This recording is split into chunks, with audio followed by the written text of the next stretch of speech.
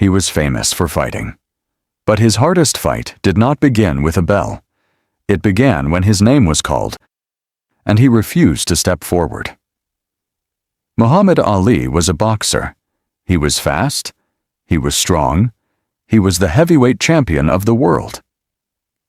But the fight that defined him means shaped, gave meaning to. That fight did not happen inside a ring. It happened when he had to choose between his title and his belief. The world told him to bow. To bow means to lower your head, to accept, to give in. He did not bow. He lost his title. He lost years of his career.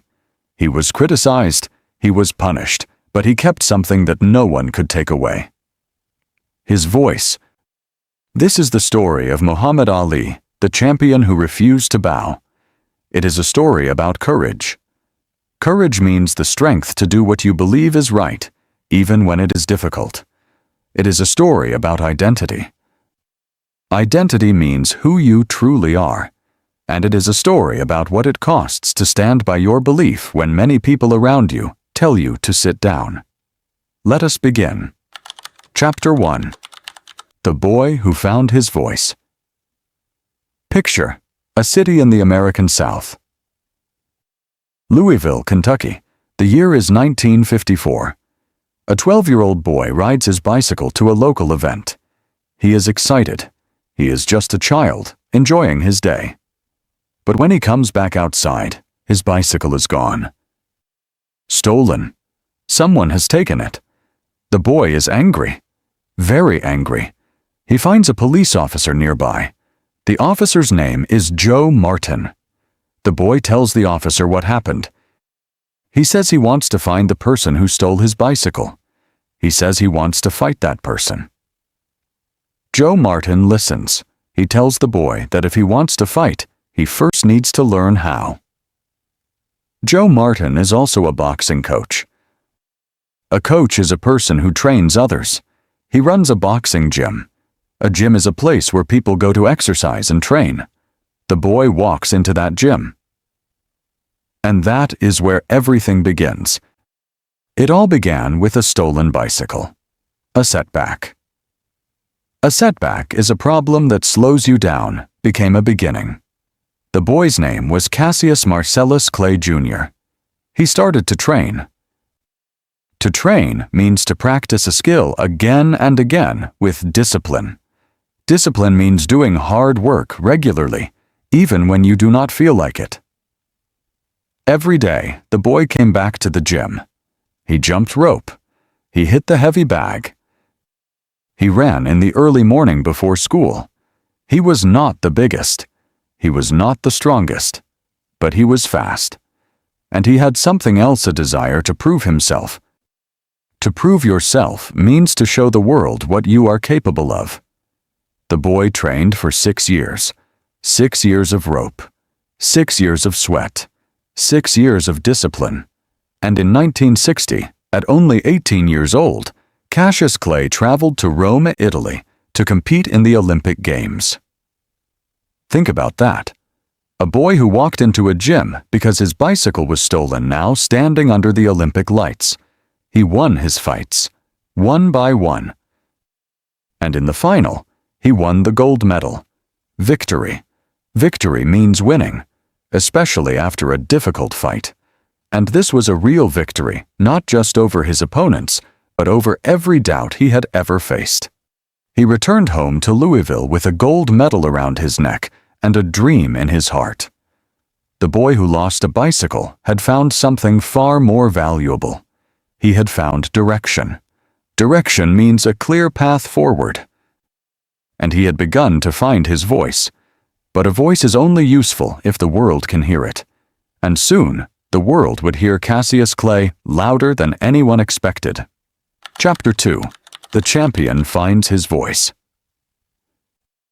By 1964, Cassius Clay was no longer a boy. He was 22 years old, and he was about to fight for the heavyweight championship of the world. His opponent was Sonny Liston. Liston was the champion. He was powerful. He was experienced. Almost everyone expected Liston to win. Almost nobody believed the young challenger had a chance. A challenger is a person who tries to take the title from the champion. Clay was the underdog. An underdog is a person that most people expect to lose. In sports, in business, in life, the underdog is the one who is not supposed to win. But Clay did not act like an underdog. Before the fight, he was confident. He spoke loudly. He predicted his own victory. Some people thought he was too confident. Some people thought he was disrespectful. But he was doing something important. He was using his voice. Not just to entertain, but to be heard. On the night of the fight, in Miami, Cassius Clay shocked the world. To shock means to surprise in a powerful way that people do not expect. He was fast. He moved in ways that heavyweight boxers did not usually move. He was sharp. He was precise. Precise means exact and controlled. Sonny Liston did not come out for the 7th round. Cassius Clay was the new heavyweight champion of the world. He had claimed the title. To claim a title means to win it and take it as your own, but the title was only part of the story. Shortly after, Clay made a public announcement. He told the world that he had joined the Nation of Islam, a black Muslim religious movement in America, and he announced a new name. Muhammad Ali. This was his chosen name. It reflected his faith. It reflected his identity. Identity means who you truly are. Not what others call you, but what you call yourself. In 1960s America, this was not only a personal choice, it was also a public statement about faith, race, and identity. For Ali, Islam was not only a religion on paper. It gave him a new way to understand himself. He saw in Islam a language of dignity, the idea that he did not have to accept a name, an image, or a place that others had chosen for him. He saw discipline. He saw faith. He saw belief in one God, Allah. He saw Islam as a clean and disciplined way of life. And as part of his faith, he accepted the Quran, the holy book of Islam, as truth and guidance. For Ali, Islam gave him a way to stand before the world with self-respect. In a country where many black Americans were still fighting for equal respect, this mattered deeply. For Ali, choosing Islam was also choosing a voice. It helped him say, "I am not only what the world calls me. I know who I am." And once he found that voice, he would not easily give it away. Not everyone accepted the change. Some reporters refused to use the new name. Some people were confused. Some were critical. But Ali was clear. He did not ask for permission to choose his own name. He spoke his mind. To speak your mind means to say what you truly think, even if others disagree. He stayed true to himself. To stay true to yourself means to remain honest about who you are, even when others pressure you to change. The world had given him a title, but he wanted more than a title. He wanted respect. He wanted dignity. Dignity means self-respect. The feeling that you are worthy and should be treated with honor. He was famous now. His face was everywhere. His voice was everywhere. But he was about to learn something important. Having a voice is one thing. What it costs to keep that voice, that is something else entirely. And the cost was coming. Chapter 3. The moment he refused to bow now. Imagine a very different scene. There is no boxing ring. There is no crowd. There is no bell. There is a room, a quiet room, a government building. The year is 1967. The United States is at war in Vietnam. The Vietnam War is one of the most debated conflicts in American history. Millions of young American men were called to serve in the military. This process was called the draft. Induction means the official process of entering military service. Muhammad Ali received his draft notice a letter calling him to serve. He refused. He refused induction into the United States military. This was not a small decision. This was not a private decision. This happened publicly, and it changed everything. Ali said his decision was connected to his religious beliefs and his conscience. Conscience means the inner feeling that tells you what is right and what is wrong. He said his conscience would not allow him to go. Now, it is important to understand, this decision was controversial.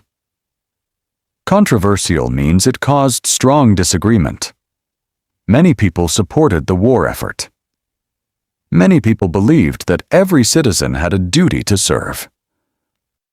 Some people called Ali unpatriotic. Some were angry. But others, some at the time, and many more in later years, saw something different. They saw a man who chose conscience over comfort. To choose conscience over comfort means to do what you believe is right, even when the easier path is to stay silent and obey. Whatever people believed, the consequences were real. Consequences means the results of a decision, what happens next because of what you chose. Ali was stripped of his heavyweight title. To be stripped of a title means to have it taken away by force or authority. He did not lose it in a fight. It was removed. His boxing license was suspended. Suspended means officially stopped. He was not allowed to box in the United States. He faced the consequences. He paid the price. To pay the price means to suffer the cost of your decision. He was not sent to prison. He remained free on bail. Bail means money paid so a person can stay free while their legal case continues, while his case moved through the courts on appeal. An appeal is a legal request to have a decision reviewed by a higher court. But even without prison, the cost was heavy. He was kept out of the ring during some of the most important years of his career.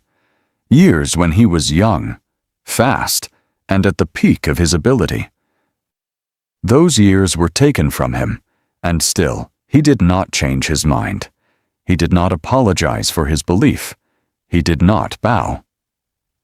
Many people criticized him, but he did not change his decision. He refused induction, so he lost his title. He stood by his belief, so he paid a price. They could take the title, but they could not take his voice. And that voice, even in silence, even outside the ring, continued to speak. The ring was empty now, but the story was not over. Chapter 4. The Empty Ring and the Return. Picture a boxing ring with no one in it. The ropes are still. The lights are off. The seats around it are empty. This was Ali's world after 1967. An empty ring. An empty stage. The champion was not allowed to perform. For more than 3 years, Muhammad Ali was banned from professional boxing.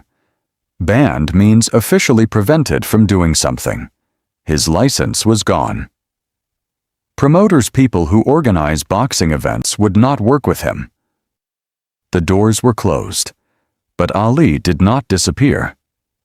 During this time, he spoke at universities. He gave talks. He used his voice not inside a ring, but outside it. He was still present, still visible, still heard. And all the while, his legal case was moving through the courts.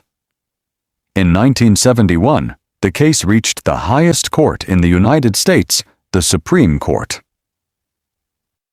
The Supreme Court is the final court in the American legal system. Its decisions cannot be appealed further. The court reviewed Ali's conviction. A conviction is a legal decision that says a person is guilty. And the court overturned it.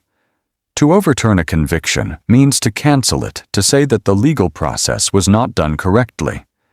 The decision was reversed on procedural grounds. That means the court found problems with how the original case was handled.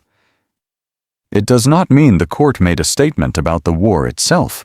It means the legal decision had not been properly explained. Ali was free. The conviction was gone. But the years were also gone. He had been kept out of boxing from the ages of 25 to 28 years, when many athletes reach their greatest ability. That time could not come back. Lost time is painful, but lost time does not have to become a lost life. Ali returned to boxing, but the road back was not easy. He lost some fights. His body was older. People wondered if his best years were behind him. Then came 1974. Ali traveled to Kinshasa, Zaire, now called the Democratic Republic of the Congo, to fight George Foreman. Foreman was the current heavyweight champion. He was younger. He was powerful. He seemed unstoppable. This fight became known as the Rumble in the Jungle. It is one of the most famous sporting events in history. Most experts predicted Foreman would win.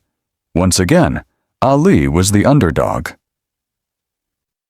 But Ali had something that power alone cannot give. He had patience. Patience means the ability to wait calmly for the right moment. And he had strategy. Strategy means a careful plan for achieving a goal. Ali used a method that surprised everyone. He leaned against the ropes. He let Foreman throw punch after punch. He absorbed the pressure. He waited. And when Foreman was tired, when the power had been spent, Ali struck. In the 8th round, Ali knocked Foreman down. Foreman did not get up in time. Muhammad Ali was the heavyweight champion of the world again. He had come back stronger. He had regained what was lost. To regain means to get something back after losing it. The ring was no longer empty. The voice had returned. But this story has one more chapter. And it may be the most important one of all. Chapter 5. The Flame That Did Not Bow. Years passed. Ali continued to box, but eventually, every athlete reaches the end of their career. He retired from professional boxing in 1981. In the years that followed, something changed.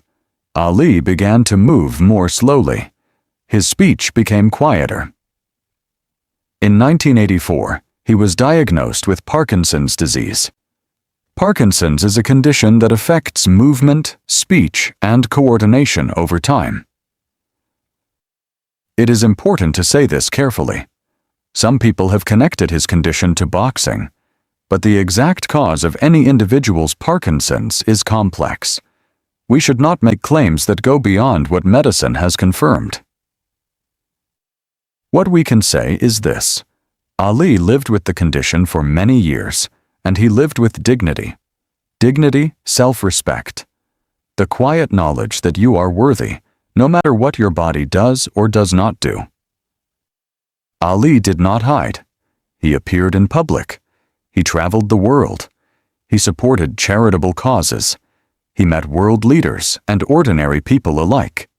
And then came a night in 1996 that the world would not forget. Atlanta, Georgia. The Summer Olympic Games. The opening ceremony is one of the great traditions of the Olympics. At the end of the ceremony, a person is chosen to light the Olympic cauldron, the large flame that burns for the entire Games. The cauldron is a symbol. A symbol is something that represents a bigger idea. The flame represents hope, unity, and the Olympic spirit. The stadium was full. Billions of people were watching around the world. The Olympic torch was carried into the stadium. It was passed from one person to the next. And then, the final torchbearer appeared. It was Muhammad Ali. He stood on a high platform. The torch was in his hand. His arm trembled. The effect of Parkinson's was visible, but he held the torch steady enough, and he lit the flame. The crowd did not cheer out of pity. Pity means feeling sorry for someone because they are suffering. That is not what happened. The crowd cheered because they understood what they were seeing. They were seeing courage. They were seeing endurance. Endurance means the ability to keep going through difficulty and time. Think about this moment.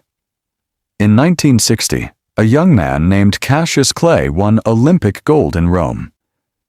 Now, 36 years later, that same man, older, changed, living with illness, stood before the world and lit the Olympic flame. The story had come full circle. Full circle means returning to where you started, but with new meaning. Ali has become a symbol of courage. His story has inspired people around the world. His voice has lasted beyond the ring. He did not need a microphone anymore. His life was the message. He carried himself with dignity until the very end. To carry yourself with dignity means to behave with self-respect, no matter the situation. Muhammad Ali passed away on June 3, 2016. He was 74 years old. But a legacy does not die when a person dies. Legacy means what remains after your actions are remembered. It is what people carry forward. Ali's legacy is not only about boxing. It is about voice. It is about belief. It is about standing when the world says bow. And that flame, the one he lit in Atlanta, did not bow either. Final reflection. This was the story of Muhammad Ali, a boy who lost a bicycle and found a purpose, a champion who won a title and then chose something harder, his identity. A man who refused to bow, even when the cost was everything he had worked for, a fighter who was kept from the ring, but never kept from speaking, and a human being who, even as his body changed, carried himself with dignity before the entire world. His story asks us a question that goes beyond boxing, beyond history, beyond sport. What does it cost to stand by your belief when the world tells you to bow? Ali's answer was clear. The cost was real. The cost was high. But he paid it. And his voice, the voice that began in a Louisville gym, the voice that shook the world in Miami, the voice that spoke in courtrooms and stadiums and quiet rooms, that voice became something permanent. Permanent means lasting forever. Now, if you are learning English, think about this. You are also finding your voice. Maybe you feel nervous when you speak. Maybe you worry about mistakes. Maybe you think your words are not perfect enough. But remember what Ali's story teaches. A voice does not need to be perfect. It needs to be honest. It needs to be yours. Do not bow to fear. Do not wait until you feel ready. Speak now. Listen now. Practice now. Every word you learn is a step forward. Every sentence you understand is a small victory. Keep listening. Keep speaking. Keep finding your voice. They could take the title, but they could not take his voice, and that voice still speaks.